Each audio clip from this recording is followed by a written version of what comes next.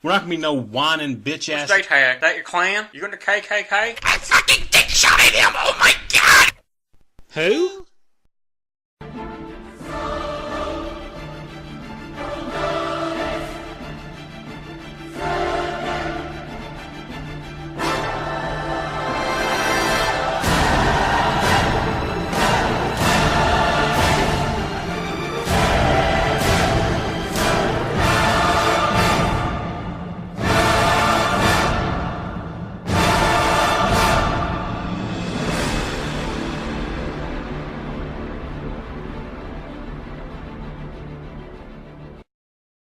This is the comically lame review for BioShock Infinite, and I am Yaz. Got a quiz for you. Name a game that has been more anticipated than this game. Not named Diablo. Okay. There really hasn't been a game that has been anticipated this much, rather than say Diablo 3. We all saw the gameplay and the trailers for 2010 or 2011 at E3, and we're like, oh, that game's gonna come out rather soon. No, it's not. Fucking 3 years later. Shit. And for the consoles, they really should have waited for the next generation to release this game. Release it for PC now, consoles this time next year.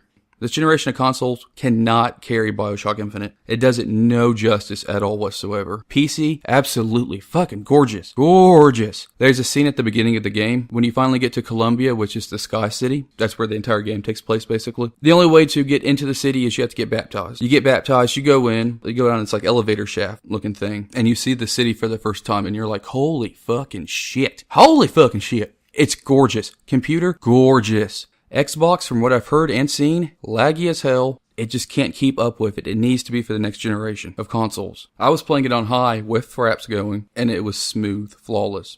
Alright, I got my little checklist of things to mark off for game review. Graphics, already went over that. Controls, played on PC, like I said earlier. Used an Xbox controller because I'm a lazy ass. It's actually because I don't have a desk and I sit in a recliner. It's the boss way. The controls are smooth and fine. There's no real issue. Sometimes you get caught up with all the shit that's going on and you just get confused and you don't know what to do. And that's not a control fault. That's just how the game is. You get caught up. A lot of people shooting at you. You need to jump here, jump there, blah, blah, blah. And it's just sometimes too much to take in. I'm guessing that the controls I use from an Xbox controller on PC are the exact same for the Xbox. Mapped out perfectly. Not going to get too much into the story because, well, I don't want to ruin the story for you. You play as Booker DeWitt, a Pinkerton. If you don't know what a Pinkerton is, go to Google and search that shit. Who's sent to save Elizabeth up in the Sky City of Columbia. Now, Elizabeth, this character, adorable as hell, and you actually do fall in love with her. I think I said that about the Tomb Raider game, you fall in love with Lara Croft.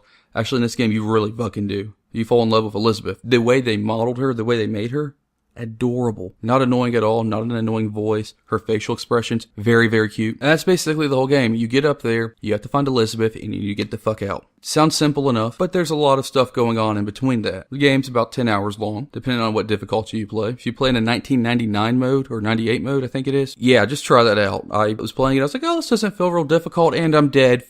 Fucking game's over. About 30 minutes into the game, you run into a problem. The problem is Elizabeth, because she's following you around everywhere. I can't remember what those games are called, where you have a character that helps you that follows, but those games are so fucking annoying. We all remember Resident Evil 4, and remember fucking Ashley. Oh, Ashley. Ugh. That was the worst. Leon.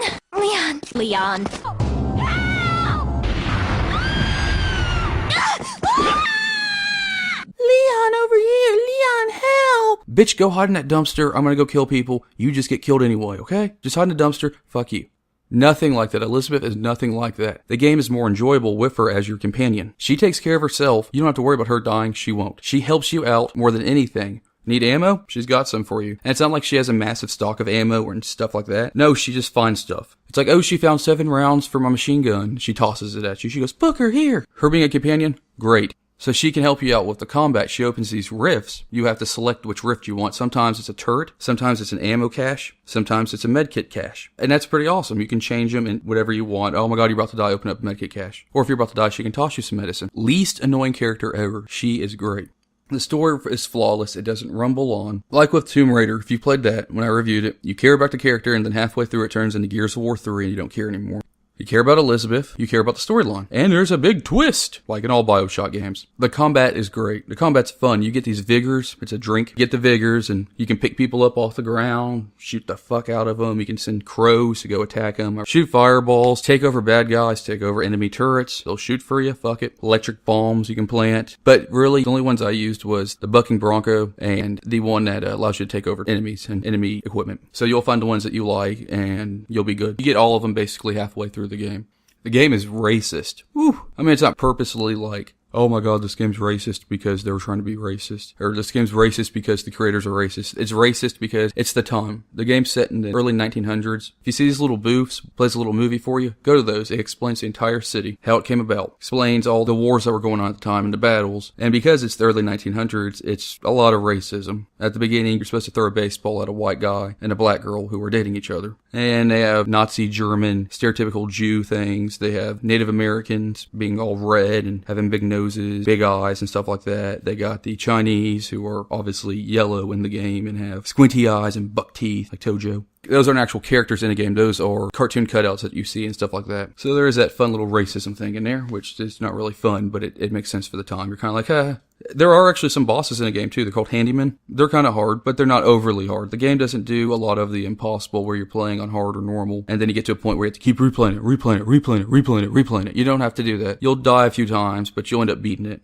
And the handyman, I like that. It doesn't set you up like, oh, this is a boss battle. They just kind of come in sometimes. I think you fight maybe 3 or 4 of them out of the entire game. And they're pretty cool. You need to find ways to kill them, what works best, what vigor works best, blah, blah, blah. Make sure you don't run out of bath salts, which is what fuels the vigors. And I call them bath salts because they're fucking bath salts. You breathe them in, you get powers. Bath salts. There are some funny moments to kind of try to pull you from the action of the game, calm you down a little bit. Okay, ha ha ha, laugh. Those are nice. I've made an arrangement to get our airship back. You can get us out of here. Yes, I just need to supply enough weapons to arm an entire uprising. It does a good job with not making you get caught up in just killing and killing and killing. As soon as you get to the point where like, oh my god, that's a lot of killing that I've just done in the past 10 minutes, then it's like, okay, back to the story. Here's this awesome storyline. And then maybe 8 or 10 minutes will go by, and then you'll start more killing, and it kind of separates itself out as far as killing and the storyline. And that's good. That's a good thing. More games need to do that. Call of Duty. Very good weapon selection in the game. You get like 12 different weapons, and that's awesome. You just can pick them up off the ground, and you get them all basically halfway through the game. You have all the weapons. Nothing really new. You'll have your favorite gun. My favorite gun was the hand cannon. That's a great gun. Loved it. I used the hand cannon, I used the machine gun. And then, oh, I ran out of ammo. Does a real good job with whenever you want to pick up something. Click X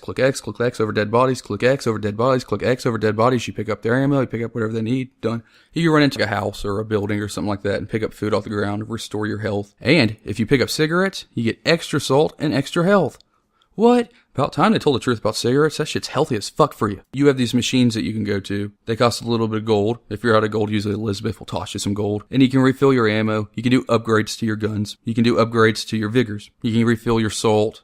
Everything like that. And that's cool. They have those separated out nicely. Usually when you're done with a big battle, you have one of those machines there and you can grab shit or whatever. Or sometimes it's even there when you're battling and you just run up, oh fuck, I need more ammo, and get more ammo. The bad guys are good. They're not complete idiots. They see you, they'll shoot at you. They're not the greatest AI I've ever seen, but they're not the worst AI.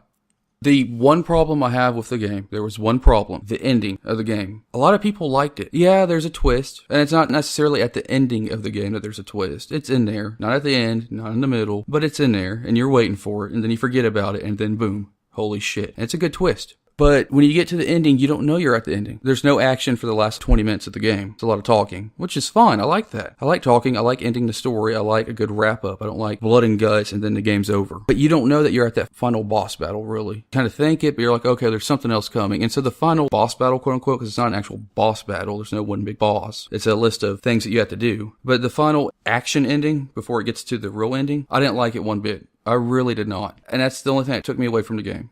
The game is climactic as fuck, but the ending just didn't get me. It's a good ending. The last 30 seconds or the last 1 minute, the way that ends in the game is good. I love that. It was a great ending. Great way to seal off the game. But the action, because you know in all games, all first person shooters, you have to have that action, and then there's the talk scene at the end and the game's over. That action, the action ending, did not like it one bit. Really did not. It felt like more of a hassle than an ending. But the dramatic ending with the talking, everything like that, loved it. I played it on hard. It was good on hard. Like I said, it took me about 11 hours to beat it. And maybe I didn't take enough time to enjoy the game fully, look around at shit, but I'm all about getting the game over with. So the hard is hard, the medium's medium, the easy is easy. I played it on all three. I played medium and easy first like couple levels just to see what it was like. This game was supposed to rejuvenate first-person shooters, and it did. Bring it back to the core, to the original. Bring it back to the way it was before it got all stale and it's just shoot 'em up, shoot 'em up, shoot 'em up, shoot up, shoot up, shoot up, shoot up, shoot up, shoot. The storyline, what you can do with the powers, picking people up, tossing them, burning them alive. It really did, because most first-person shooters coming out suck. Or they're just getting old. Call of Duties, all this stuff. I say Call of Duties because it's the big elephant in the room. But it just gets old and stale. Shooting and shooting and shooting and shooting and shooting. This game brought it back, redid it. And it was good. Really good. They did a good job bringing back the first-person shooter. No internet required. What? Yeah, I know. Just the campaign. A beautiful campaign. Upon completing this game, first number that popped in my head on a ranking scale, 93. So I'm giving it a 93 out of 100. Good game. Buy it. You'll love it. For Comically Lame, this is Yaz. See ya.